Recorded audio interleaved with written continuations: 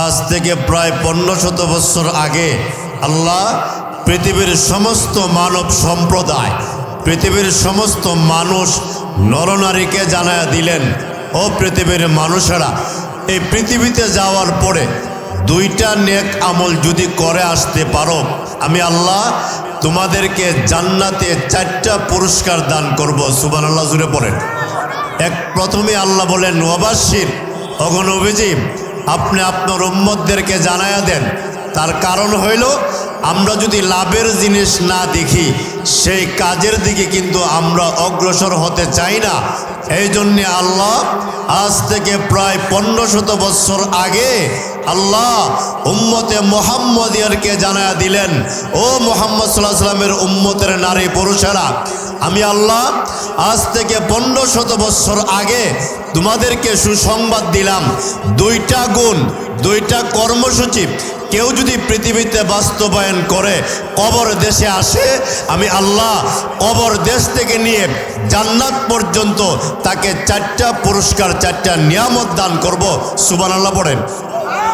1 নম্বর কর্মসূচি আমানু, যারা ঈমান আনয়ন করেছে। আমি আপনাদের কাছে প্রশ্ন রাখতে চাই, যেই দিন আপনার আমার জন্ম হয়েছে, ডান কানে আজান আর বাম কানে একামতের মাধ্যমে আমরা ঈমানদারদের খাতায় নাম লেখাইছি, আলহামদুলিল্লাহ পড়েন। আপনারা কি মনে করেন এই পৃথিবীতে বেঈমান নাই? অসংখ্য অগণিত বেঈমান, যারা আল্লাহকে মানে না, নবীকে মানে না, জান্নাত জাহান্নামকে বিশ্বাস করে না, পরকালকে বিশ্বাস করে না, কোরআনকে বিশ্বাস করে না, ফুলসিরাতকে বিশ্বাস করে না, সাকরাতকে বিশ্বাস করে না, কবরের 3টা প্রশ্ন হবে বিশ্বাস করে না, মিজানের পাল্লাকে বিশ্বাস করে না। এই সমস্ত বেঈমান পৃথিবীতে বাজান আসেনি। কিন্তু আমাদের যে রাগ আর যে গুসা, এই রাগ আর গুসা যদি রব্বে কাবার মালিক আল্লাহর থাকতো, এই পৃথিবীতে একটা বেঈমানও 1 গ্লাস পানি পান করতে পারতেন না। জোরে কোন ঠিক কিনা? আল্লাহর তো রাগ নাই, আমরা গুনাহ করি, আল্লাহ বলে সুবিধা নাই। বন্দা এবং বান্দি গুনাহ করতে থাকুক, মৃত্যুর কয়েক সেকেন্ড আগে সে যদি তওবা করে ফিরে আসে, 50, 60, 80 বছর জিন্দেগির গুনাহ আমি আল্লাহ মুহূর্তের ভিতরে মাফ করে দিব। قل يا عبادي الذين أسرفوا على أنفسهم لا تقنطوا من رحمة الله إن الله يغفر الذنوب جميعا إنه هو الغفور الرحيم। الله أكبر বলেন। আল্লাহ বলেন, কুল ইয়া ইবাদিয়াল্লাযীনা আসরাফু আলা আনফুসিহিম, শয়তানের ধোঁকায় পড়ে গুনাহ করতে করতে অন্তরকে নষ্ট করে দিয়েছো, কলবকে নষ্ট করে দিয়েছো, জবানকে নষ্ট করে দিয়েছো। লা তাকুনাতু মির রাহমাতিল্লাহ, বান্দা বান্দি রে, তুমি ঘাবড়ায় যাও না, পেরেশানি হয়ো না। তোমার গুনাহ থেকে লক্ষ কোটি গুণ বেশি দয়া আমি আল্লাহর আছে। সুবহানাল্লাহ কর। আপনারা কি মনে করেন আমাদের গুনাহ থেকে লক্ষ কোটি গুণ বেশি দয়া, মায়া, মোহাব্বত, ভালোবাসা আল্লাহর আছে তো?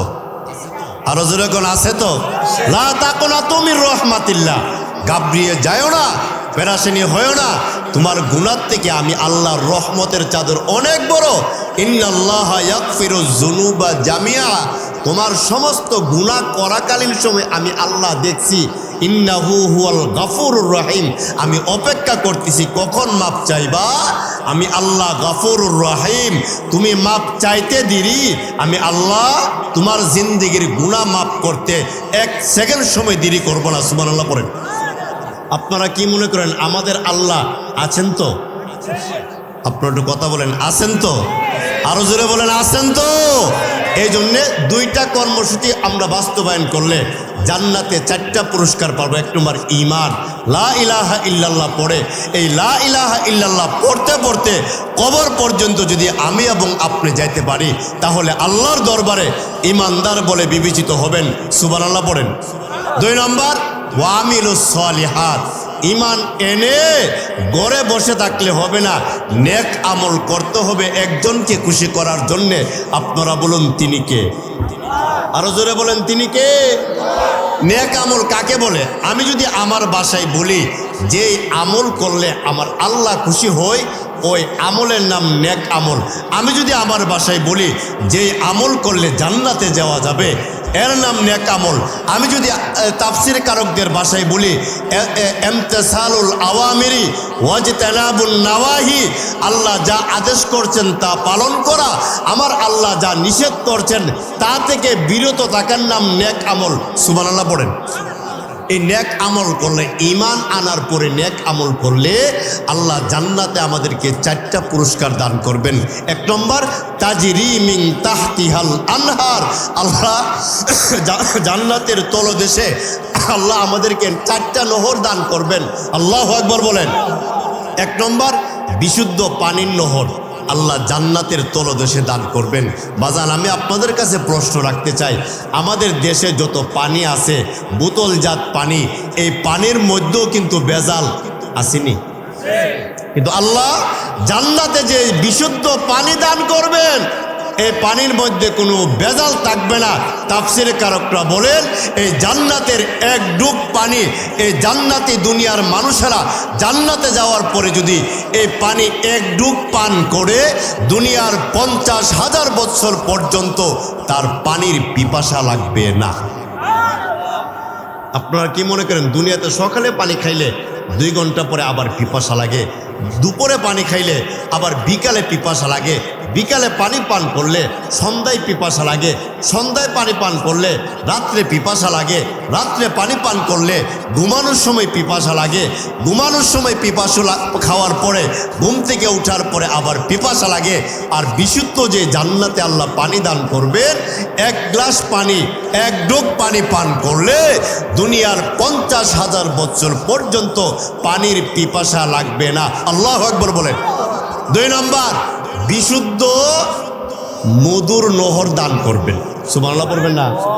দুনিয়াতে মধু তো ঠিকই বিশুদ্ধ, কিন্তু আমরা এই মধুরে ভেজাল বানাইলাই। আপনারা কি মনে করেন খাঁটি মধু পাওয়াটা খুব সহজ? আরো জোরে কোন? খাঁটি মধু পাওয়া কিন্তু এত সহজ না। আল্লাহ জান্নাতে খাঁটি মধুর নহর দান করবেন। 3 নম্বর, আল্লাহ তাআলা জান্নাতে এমনভাবে বিশুদ্ধ দুধের নহর দান করবেন। 4 নম্বর, আল্লাহ জান্নাতে শরাবের নহর দান করবেন। আপনারা বলতে পারেন হুজুর দুনিয়ার শরাব খেলে তো মাতাল হয়ে যায়। বলে হ্যাঁ, দুনিয়াতে শরাব পান করা হারাম, আর এই হারামকে যারা বর্জন করে আল্লাহকে খুশি করবে, আল্লাহ জান্নাতে তাকে জান্নাতের মেহমান খানায় শরাব পান করবে। দুনিয়ার শরাব পান করলে কমন সেন্স ঠিক থাকে না, মানুষ মাতাল হয়ে যায়, মানুষের কথার আগাগোড়া ঠিক থাকে না।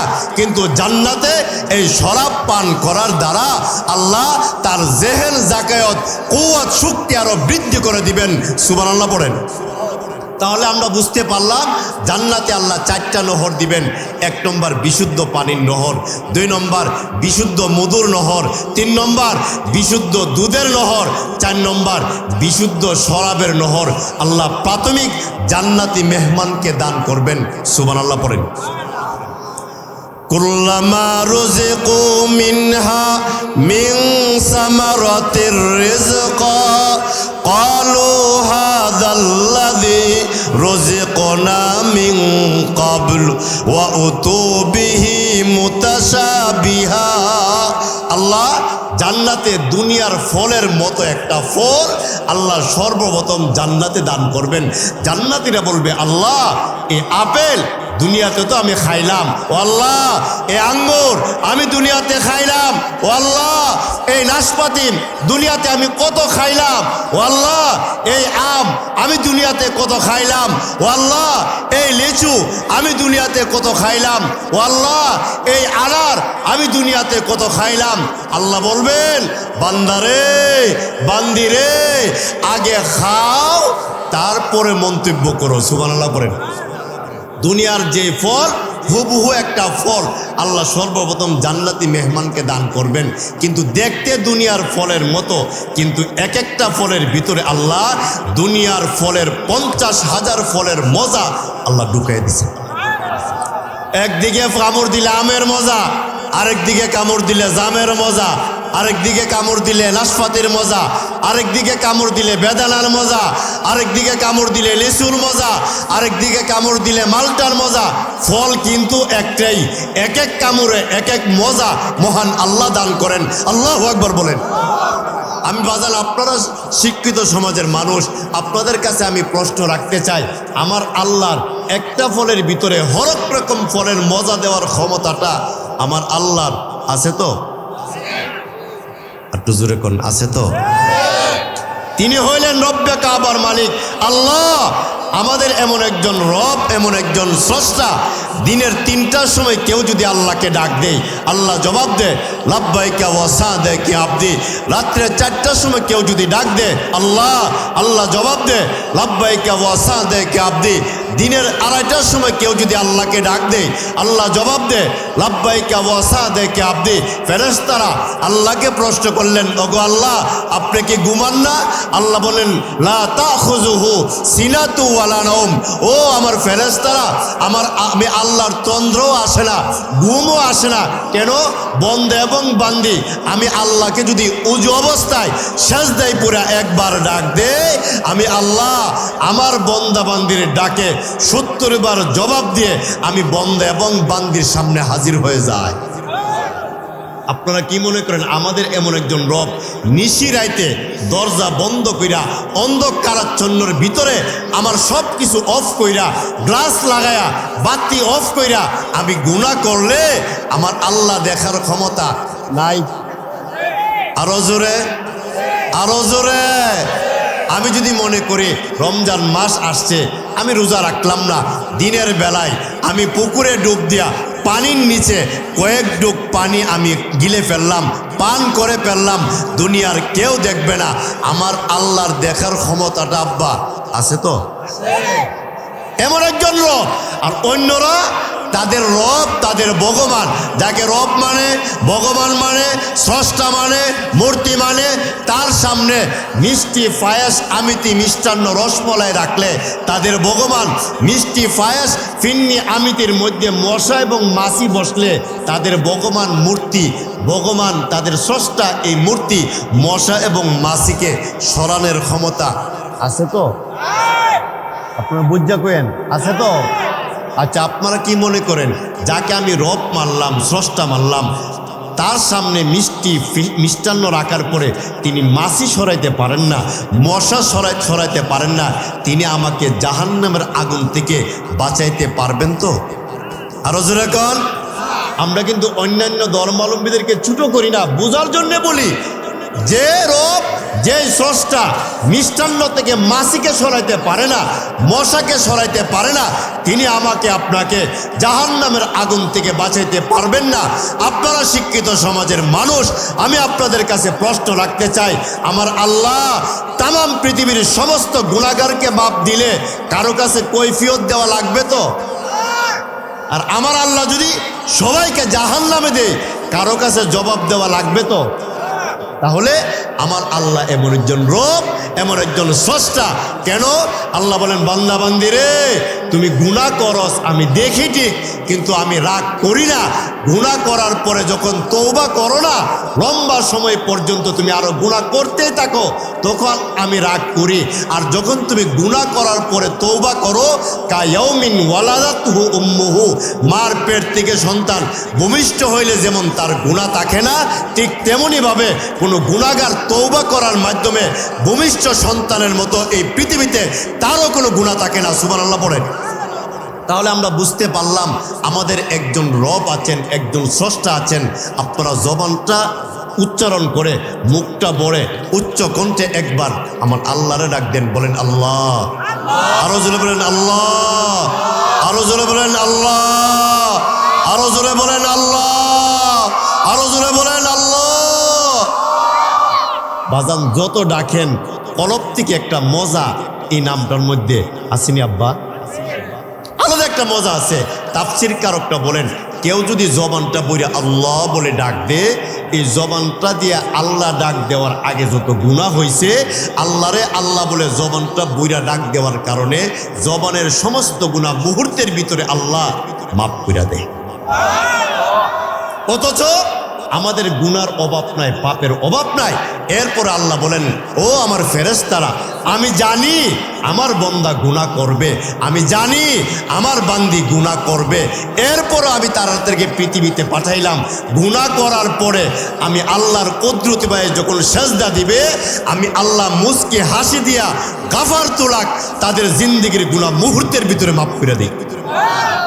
আব্বা, আমি আপনাদের কাছে প্রশ্ন রাখতে চাই, আমরা যে গুনাহ করব, পাপ করব, আমার আল্লাহর জানা নাই না? আরো জোরে কন, আরো জোরে কন।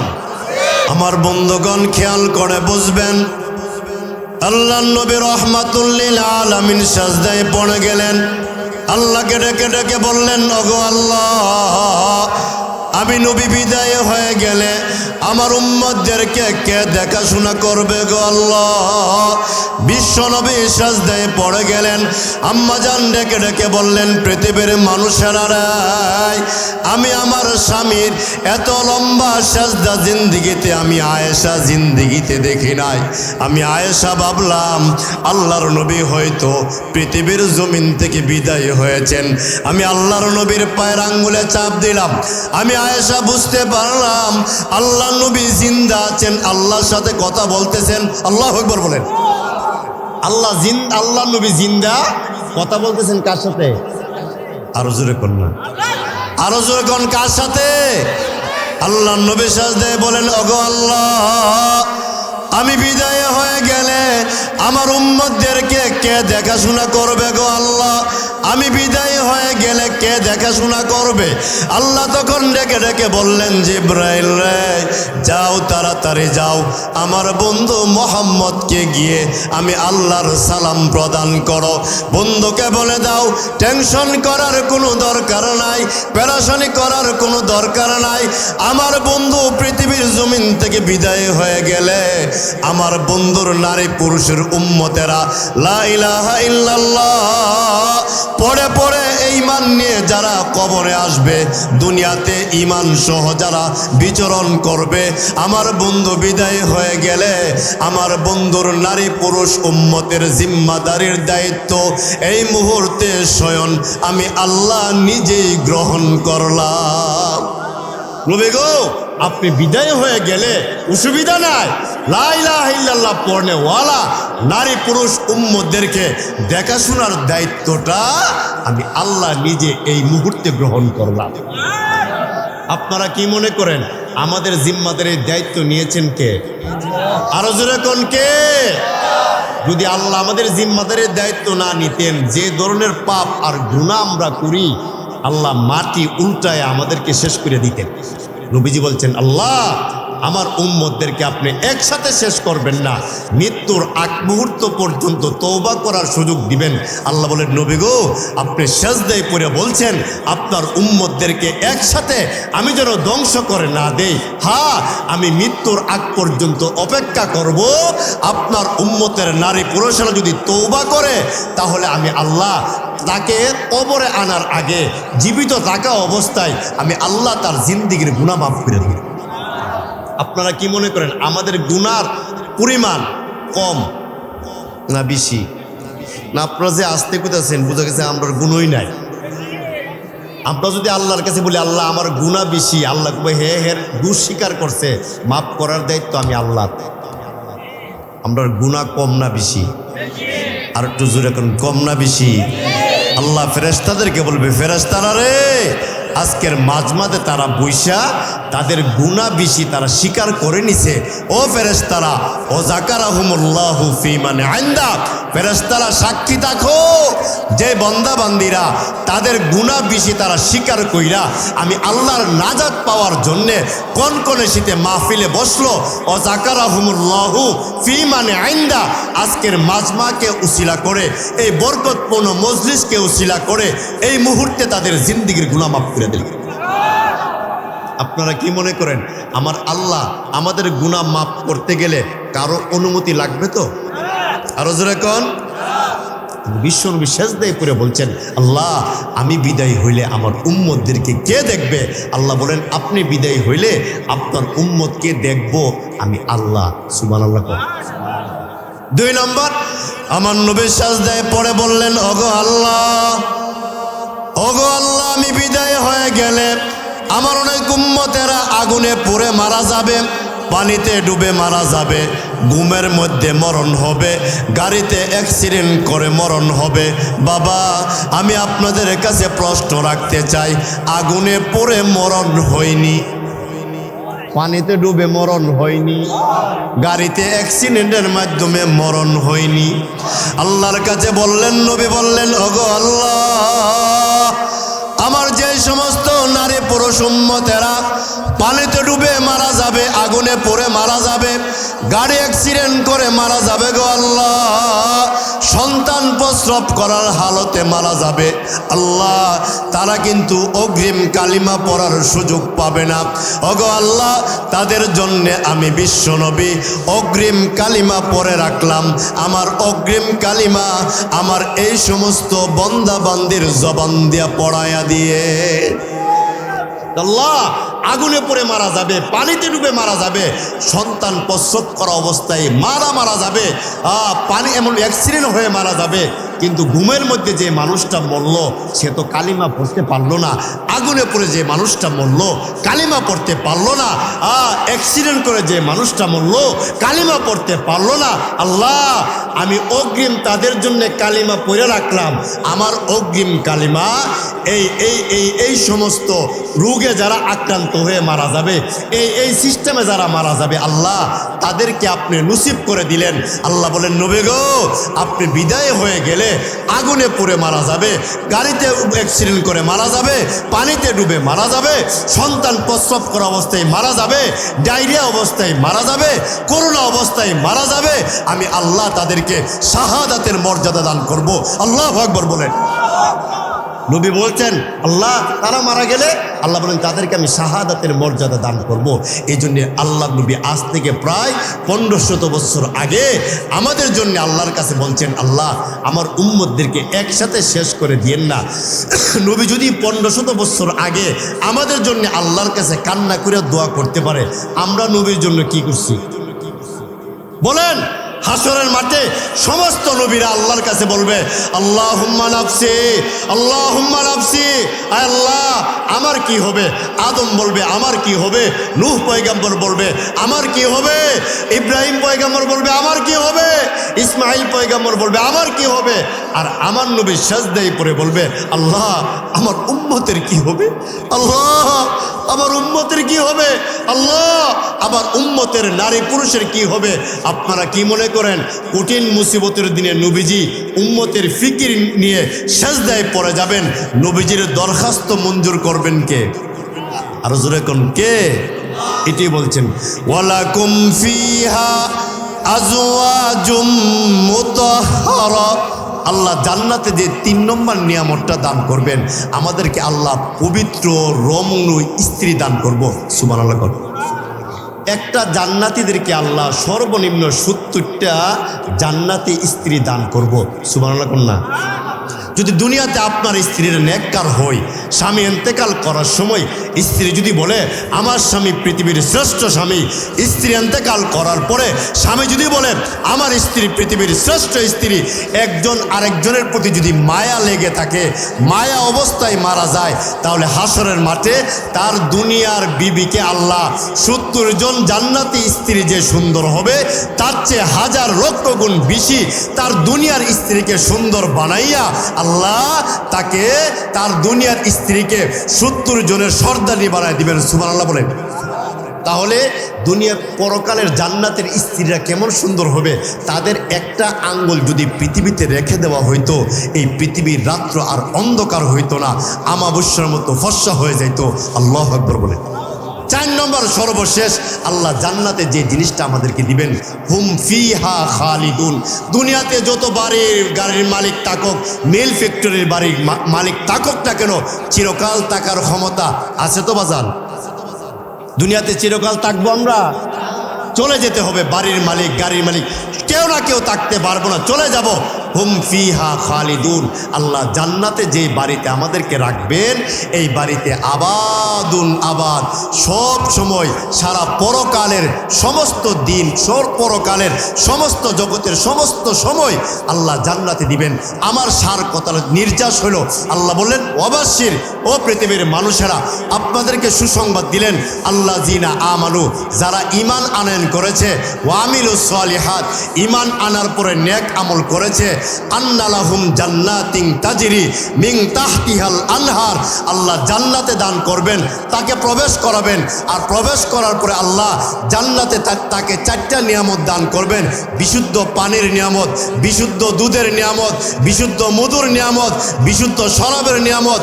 এরপরে আল্লাহ 2 নম্বর, কুল্লামা রুজিকু মিনহা মিন সামারাতির রিজকা ক্বালু হাদাল্লাযী রুজিকনা মিন ক্বাবলু ওয়াতু বিহি মুতাশাবিহা, দুনিয়ার ফলের মতো আল্লাহ একটা ফল দিবেন, কিন্তু দুনিয়ার ফলের চেয়ে 1000 লক্ষ গুণ বেশি মজা আল্লাহ একই ফলের ভিতরে দান করবেন। 3 নম্বর, ওয়ালাহুম ফিহা আজওয়াজুম মুতাহহারা, আল্লাহ জান্নাতে যাওয়ার পরে সর্বনিম্ন একজন জান্নাতকারীকে পৃথিবীর এতে জান্নাতের সার্টিফিকেট পাওয়ার কারণে পরকালে 70টা জান্নাতে স্ত্রী দান করবেন।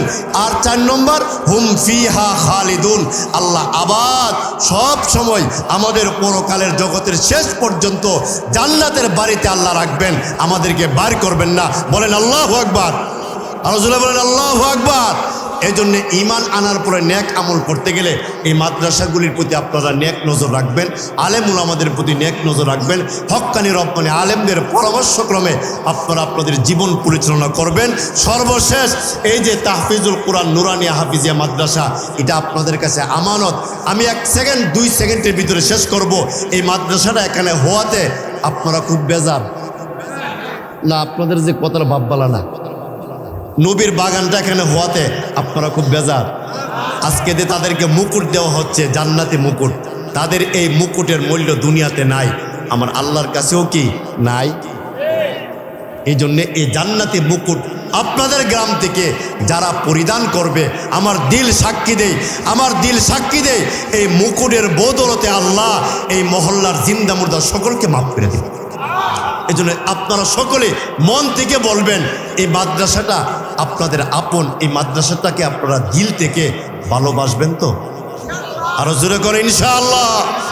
নবীর বাড়িরে ভালোবাসলে নবী আপনাকে ভালোবাসবে। এটা নবীর বাড়ি, নবীর বাগান। আল মসজিদু বাইতুল্লাহ, মসজিদ আল্লাহর ঘর, ওয়াল মাদ্রাসাতু বাইতি, আর মাদ্রাসাগুলি নবীর ঘর। নবীর ঘরের সাথে সুসম্পর্ক রাখবেন, আল্লাহর ঘরের সাথে সুসম্পর্ক রাখবেন। সিবগাতাল্লাহ ওয়ামান আহসানু মিনাল্লাহি সিবগা, আল্লাহ বলেন আমার রঙে রঙ্গিত হয়ে যাও, আমার রসুলের রঙে রঙ্গিত হয়ে যাও, পরকালে তুমি জান্নাতের রঙে রঙ্গিত হয়ে যাবা। আল্লাহু আকবার বলেন।